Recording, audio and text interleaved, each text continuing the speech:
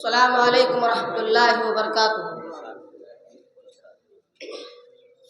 الحمد للہ رب العالمین، والصلاة والسلام علی سید المرسلین وعلی آلہ واصحابہ اجمعین، اما بعد۔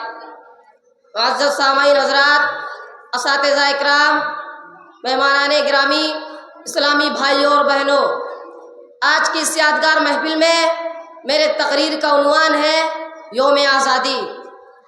کہ کشا بن کر ابھرے ہیں شمس و قمر کھلائے ہیں، کہ کشا بن کر ابھرے ہیں شمس و قمر کھلائے ہیں، ہم جن راہوں سے گزرے ہیں نقش قدم چھوڑائے ہیں۔ سامعین اکرام، آج ہم اپنے ملک ہندوستان کی آزادی کا جشن منا رہے ہیں۔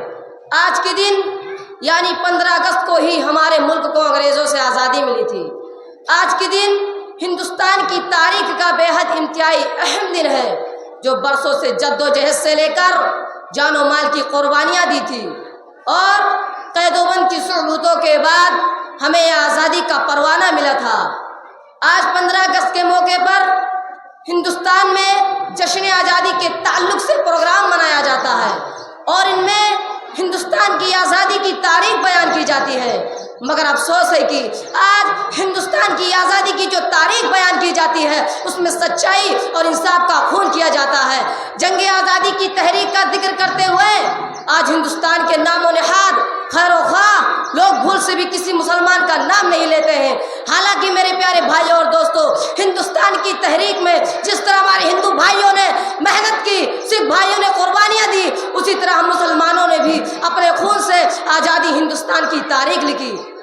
ہندوستان کی جنگ آزادی کی تاریخ اس وقت تک ممکن نہیں ہو سکتی ہے جب تک اس میں اشفاق اللہ خان کا نام نہ لیا جائے، جب تک اس میں مولانا ابوالکلام رحمۃ اللہ کا تذکرہ نہ کیا جائے، جب تک اس میں مولانا محمد علی جواہر رحمۃ اللہ کو خراج عقیدت نہ پیش کیا جائے، جب تک اس میں ٹیپو سلطان جیسے جوان مرد مجاہد کا ذکر نہ ہو۔ سامعین اکرام، یہ انتہائی افسوس کا مقام ہے کہ ایک طرف فرقہ پرست طاقتیں ہندوستان کی تاریخ سے مسلمانوں کے خون کو مٹانے کی پوری ناپاک کوششیں کی جا رہی ہیں، تو وہیں دوسری طرف آج کے مسلمان نوجوان کو بھی اپنے اسلاف کی تاریخ کا اور جنگ آزادی میں ان کے کردار کا کچھ بھی علم نہیں ہے۔